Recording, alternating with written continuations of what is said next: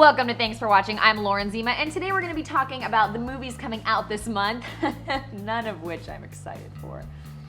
If you're still watching, I'm Zach Toombs, and today we'll be talking about the past week's biggest trailer releases and evil Adam Driver. I'm Kyle Luke, and today I will be talking about how movie trailers, upcoming movies, and all of that means absolutely nothing, because the only thing you should be listening to is Serial. I can't disagree. I'm not listening to it. We'll talk about Serial. When do you listen to a podcast? My previous attempts to get Zima to watch/listen to things have fallen pretty flat, so. I still haven't seen Interstellar. Exhibit A. Some of our favorite shows are on hiatus, aka Homeland and the Affair. So should we go see the movies this month? So we've got some of the big releases. I think we'll do a little lightning round, get reactions 20 seconds on the clock. First one, okay, not a movie, but potentially a new show for us. Marco Polo on Netflix. I'm in, exciting, looks like it's from a foreign land, great music in it. Marco, the blood of an adventurer courses through your veins. It's going to be the second most expensive series on television, and I'm not familiar with a lot of the names in it aside from Joan Chen, but I'm looking forward to it. I'll be watching. What's first, House of Cards? Game of Thrones. Oh, GOT. Yes. The fact that Netflix is behind it, I will probably give it a watch. I am not as optimistic. It is an enormous epic and looks like a serious investment, and I don't know if I will have the time. A serious investment on the part of we, the viewer. Yeah, we the viewer and Netflix. We went way over 20 seconds. 4 minutes into our 20 seconds. All right, top 5 with Chris Rock. You need to wake up and smell the progress. No. You things never change. Thank God things Hey, change. look at this black man trying to get a cab in New York City. Taxi, yeah! No for me. Yes, for me, it looks like, rather than just another dumb comedy, it looks like a parody of dumb comedies and reality TV. Maybe that's why you don't like it. Oh, it's not another dumb comedy. It's, Kyle, go. I'm coming home to my crazy family. I enjoy self-awareness, and I think that Chris Rock is self-aware in this role, and he's also a very funny comedian whenever you get him away from the stupid, cheap laughs he's been doing the last 10 years. Name his last successful movie. Grown Ups 2. Oh, wow. Number 3, out December 12th, another epic, Exodus. Moses, Ramesses, you grew up together, close as brothers. Keep each other safe. Always. Biblical epics. They're big right now. I might see. There are a lot of films out that I want to see, and this isn't at the top of the list, but it is. It looks interesting. I'm worried about this, and I'm worried about our boy Christian Bale being involved in it. I feel like he's one of the most talented actors in Hollywood. I'm not sure what he's doing here. It's Ridley Scott, isn't it? It's not that risky of a... But has Ridley Scott done a whole lot recently? One thing I've noticed a lot that they're pushing in the trailer is from the director of Gladiator. Gladiator was like 10 years ago, More than that. 15 years Yeah. ago. My question is, what race is Christian Bale in this movie? Not Egyptian. Not Egyptian. Annie, December 18th. The worst thing in the world you can get is a little taste of something good because it never lasts. And from then on out, only thing that you can taste is not that taste. Huh? My thoughts, why? Looks heartwarming, I guess. It's sure. It's Annie in the social media age. I have no thoughts. Into the Woods. All will come to a happy end. Not always. Meryl Streep, Emily Blunt, amazing Chris cast. Pine, right? Anna Kendrick.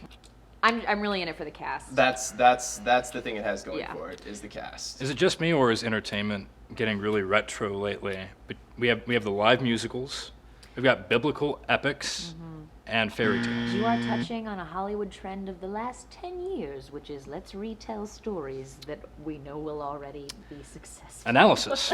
The Interview. You have a sound system in here? Oh, no, don't touch. Katy Perry? I've never heard this before in my life. I love Katy Perry. Really? As you shoot across the sky. No thank you, no thank you. I don't care if it does start a nuclear war, which it won't. It looks hilarious. I will see it. No, it doesn't. Yes, it does. The people involved have been involved in very funny things in the last 2 years, and that's probably my biggest defense for it. Although I do see where you're coming from, Lauren. And last, big Christmas movie, just got screened for American audience this Sunday, and reviews came out Monday. Unbroken from director Angelina Jolie. Who is the Olympic athlete? Don't look at me. Written by the Coen brothers. Did not see that coming until I checked the IMDb page. I feel like I wish I could get excited about it, but I'm not that excited about it. That's exactly how I feel. I don't know why. It's a fascinating story. There doesn't seem to be a lot to latch onto aside from... In the trailer. It looks inspiring, I guess. I don't know. But it looks like a great story. And the fact that it has the Coen brothers' names attached to it, the fact that it's Jolie directing, I'm interested to see what she'll do with it. I'll probably see it. So one movie you're going to see this December for sure. What's it going to be? Into the Woods. The Interview. That one looks great. Really, you're pretty Oh excited, man, I can tell. maybe The Interview probably. Yeah. Wow. You're 5 seconds ago he was, the inspiring story. And then he picks The Interview. We go to be entertained. This past week was a big week for trailers. We had, of course, the new Jurassic Park film.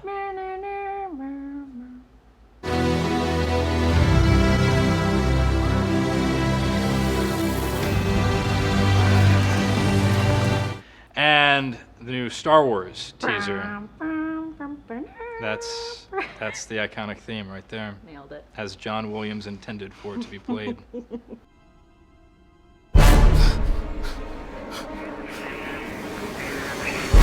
I was impressed by the Star Wars trailer. Do you want to start with that? It's freaking awesome. It is awesome.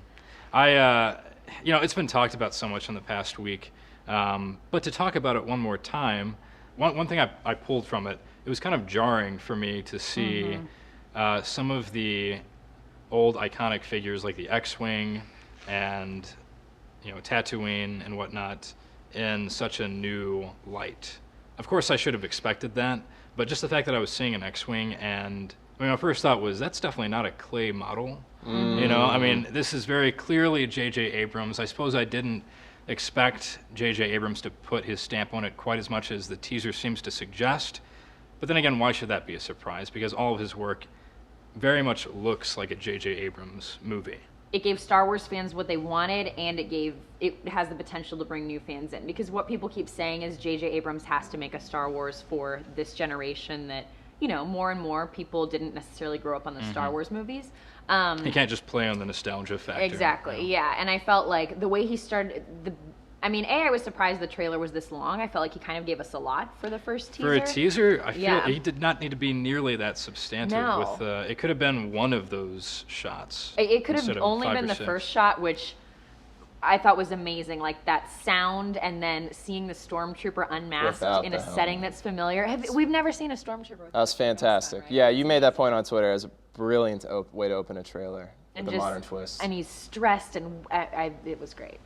Yeah, so you guys are talking like a little bit more about how the Star Wars in the 2014. I think one of the most passionate fan bases you will ever see is that original Star Wars crew, and for the most part, spending all day on the internet, I feel like that's his job description actually. The appreciation has been pretty universal. A lot of diehard Star Wars fans seem encouraged. They like the tip of the cap to a lot of the old characters and are interested to see what Abrams does with it. It's been positive aside from on one particular issue. Go on. Which is the lightsaber. Lightsaber opens and the beams open up on as either well. side. What's his name have that? Nope, that was Darth Maul had double-sided. So it came out of both. Oh. Yeah. Lightsaber discussion. Whatever. A new lightsaber is cool. Let's break down different types of lightsabers. You got your blues, you got your greens. The double-sided. Double-sided reds. I get your crossguard. I also loved that he did not show us any of which nobody thought he would, but didn't show us any of the old characters. You didn't see what their role was going to be. That remains to be seen. I did love all the speculation erupting from just the 80 seconds. Like, is that character this person? Is that character did you hear the guy walking in the woods is supposed to be Adam Driver? Evil Adam Driver, as you alluded to in the beginning. We can only hope. Yeah. A new hope. I am really. That's the only thing that I'm kind of nervous about regarding this new Star Wars film is Adam Driver and the role of a villain. He's perfect in everything. I don't know about that, but I just can't imagine him going for evil without ending up at Hayden Christensen evil, which is like kind too of more extreme. pouty. That's No. what that's what I'm I know worried he's about. like ex-military, like He was a guy. Marine, yeah. I think he totally has the capability to do it. Get that deep voice. I have faith in. Go on. I have faith in. That deep voice. I have faith in J.J. Abrams to pull it off, and I think the teaser was very encouraging for a lot of fans. Conversely, the Jurassic Park trailer.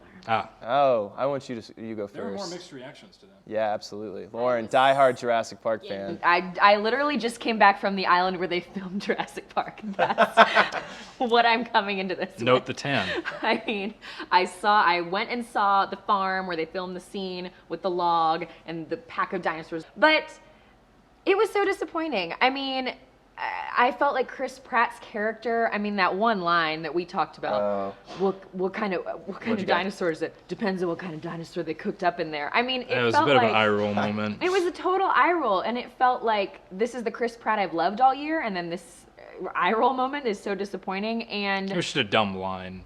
I mean, doesn't mean it was a dumb line. Doesn't mean the film is dumb. Doesn't mean the film's dialogue is dumb. It was just kind of one. It was a strange line to pick for. The unfortunate difference for me, and I did feel they didn't reveal too much, which I hate when trailers do that, but the unfortunate difference for me between Star Wars and Jurassic Park trailers was, while Star Wars was that great combination of all the things you loved with things that surprised you, this just felt like, once again, let's get a male and a female lead. Once again, the dinosaurs get loose. Once again, I mean, Chris Pratt's character is basically Jeff Goldblum and the hunter guy combined from the first movie. It's like he's got this healthy skepticism, and maybe he's kind of funny, and he's like a hunt. I mean, I got that vibe too. It seemed like rather than remixing it, they were just sort of rehashing, remaking. There is an argument to be made that I feel like Jurassic World was doomed right from the get-go, just in the source material from Jurassic Park. I mean, I'm not exactly sure where you take. Where do you go with that? Where do you go with that? Star Wars, you have an entire Universe. Galaxy, so to speak, far, far you gotta away. go back to the island. Yeah, but with Jurassic Park, the dinosaurs are gonna have to get out, and how the do they get out again? How's this happening again? I mean, and also, when is that dinosaur who they fed the shark gonna get its Blackfish documentary? Oh, yeah, there you go.